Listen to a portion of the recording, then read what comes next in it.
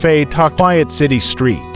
The scent of roasted coffee beans wrapped around her like a familiar blanket, grounding her in a moment that otherwise felt unsteady. She had always adored spots like these, intimate, softly lit corners where the world seemed to move a bit slower. But today, there was a heaviness in her chest that even the warmth of coffee couldn't ease. Life had shifted recently. A tough breakup, a new city, a whole new start. And with that fresh start came a storm of uncertainty. As Clara waited in line, lost in her thoughts, trying to steady her breathing and quiet the ache in her heart, a gentle voice pulled her back to reality. "Hey, I think this is yours." She turned to see a man holding her phone out toward her, a charming smile lighting up his face.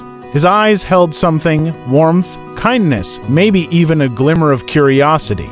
"Oh, thank you," she said, a little embarrassed. "I wasn't paying attention, don't worry," he replied with an easy laugh. "Happens to the best of us." Clara smiled, surprised at how comforting his presence felt. "I'm Ethan," he said, offering his hand. "Clara," she replied, taking it. His handshake was firm but gentle, and for a second longer than necessary, they lingered. "Nice to meet you, Clara. What brings you to this part of town?" "I just moved here," she said honestly. Looking for a fresh start, Ethan nodded. New beginnings are scary, but sometimes the chaos is where the magic happens. There was something about his voice, his words, that disarmed her. Maybe it was how he spoke without judgment. Or maybe it was simply that, for the first time in months, someone saw her. Really saw her. They talked. And it wasn't small talk. It flowed, easy and real. He told her about his favorite city spots, hidden bookstores, the best place to watch the sunset, and his own story of starting over. Clara laughed more in that one conversation than she had in the past few months combined. The weight she carried seemed to ease just a little. Before she knew it, their mugs were empty and the sky outside was turning to dusk. "I should probably get going," she said reluctantly, glancing at her phone. Ethan stood. "Of course. But I'd love to see you again. Maybe take you to that sunset spot I mentioned. It's kind of my favorite view in the city." Her heart did a quiet somersault. "I'd like that," she replied, a soft smile spreading across her face. They parted ways, but Clara walked home feeling something she hadn't felt in a very long time, hope. Maybe, just maybe, the city wouldn't feel so lonely after all. The next few days were a blur, unpacking boxes, getting used to the rhythm of a new place, trying to build a life again. But Ethan stayed on her mind. Then one evening, her phone lit up. "Hey Clara, hope you're settling in. Want to check out that sunset spot this weekend?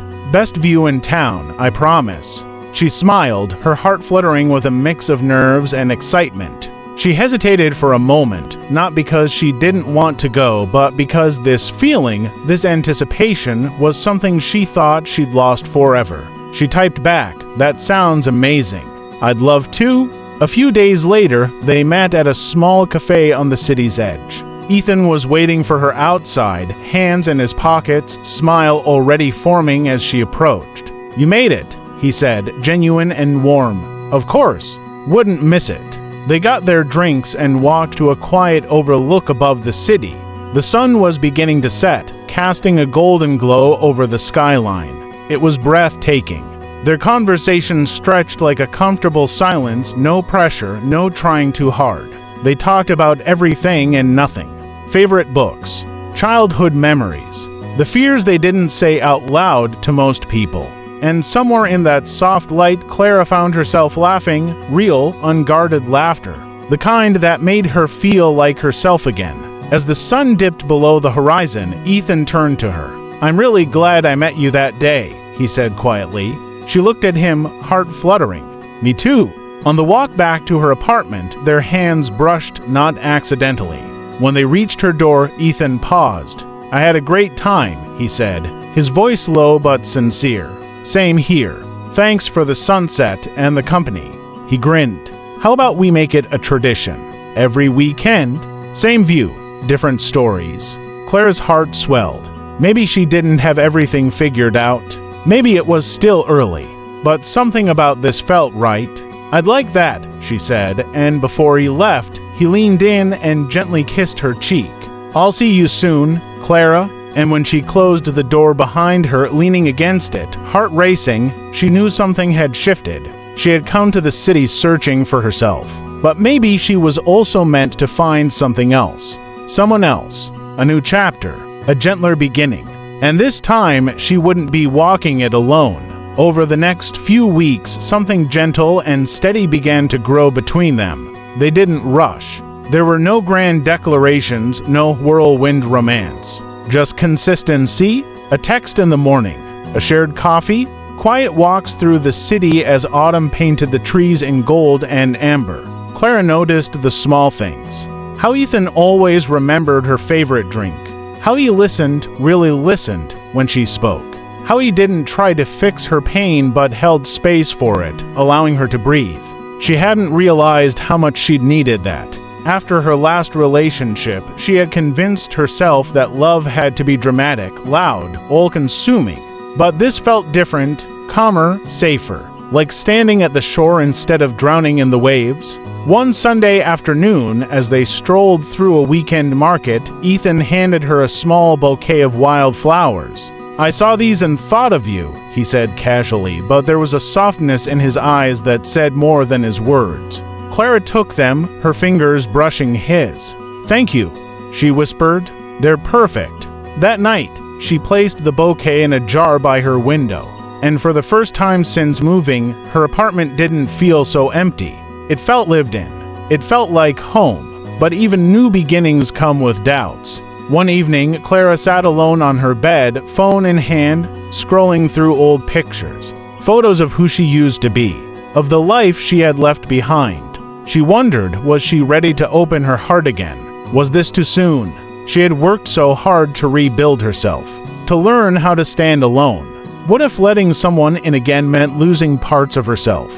The thought made her chest tighten. Just then, her phone buzzed. "Ethan." "Hey, just checking in." No rush to reply. "Just wanted to say I'm glad you're in my life. Even if it's just as a friend, I'm here." Clara read the message twice. He didn't ask for anything. He didn't demand space in her world. He simply offered presence, support, patience. Tears welled in her eyes, not out of sadness but gratitude. Because maybe that was what real love looked like, showing up without expectation. They kept meeting, sharing quiet corners of the city, talking about dreams, scars, and everything in between. And then one evening, as winter began to whisper in the air, they sat on a rooftop wrapped in blankets, city lights shimmering below them. Clara turned to him. "You know," she said softly, "I came here thinking I needed to find myself again. But maybe I was never really lost. Maybe I just needed someone to remind me of who I've always been." Ethan reached over and gently held her hand. "I don't want to complete you," he said. "You're already whole. I just want to walk beside you." It wasn't a confession. It wasn't a proposal. It was something stronger, a promise. In that moment, Clara realized she hadn't just stumbled into a romance. She had found something deeper, a friendship that felt like foundation, a love that gave her room to grow, and a peace she hadn't felt in years. Seasons changed. The city grew colder. But inside Clara's heart, warmth bloomed. Not because everything was perfect, but because she had stopped waiting for perfection. Love didn't come to rescue her. It came to walk with her. And sometimes that's all we really need, someone who shows up on an ordinary day, holds a piece of our story, and chooses to stay. Not to fix us, not to save us, but to believe with us, in new chapters, in healing, in hope, and in the quiet promise that maybe the best beginnings are the ones we never saw coming.